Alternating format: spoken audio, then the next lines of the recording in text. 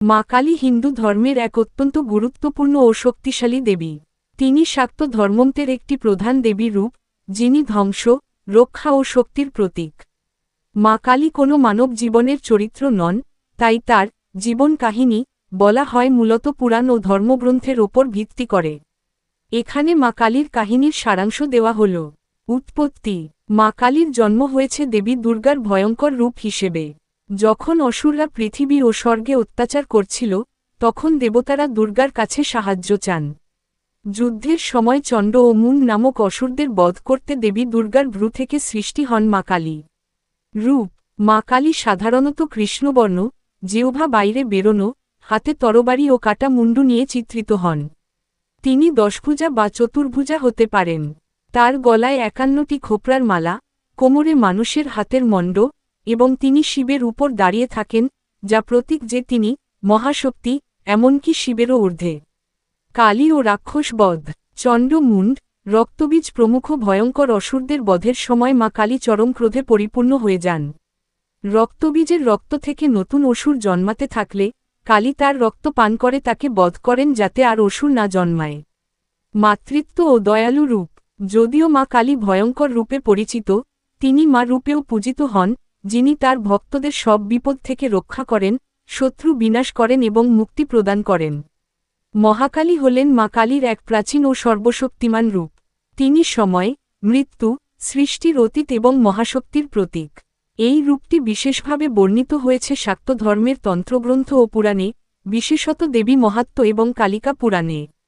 মহাকালীর পরিচয়: মহাকালী মানে মহান কালী, তিনি সময় কাল এরও ঊর্ধ্বে।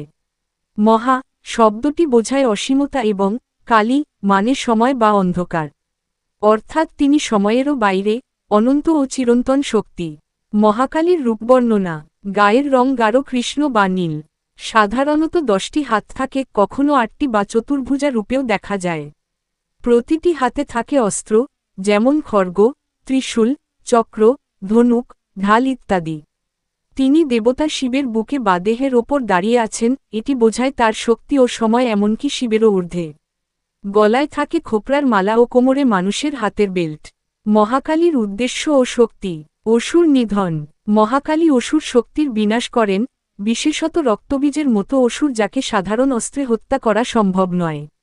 মোহ ও মায়ার বিনাশ: তিনি অজ্ঞানতা, মোহ ও বন্ধনের বিনাশ করেন, তাই তাকে তান্ত্রিক সাধনার ক্ষেত্রে অত্যন্ত গুরুত্বপূর্ণ মনে করা হয়।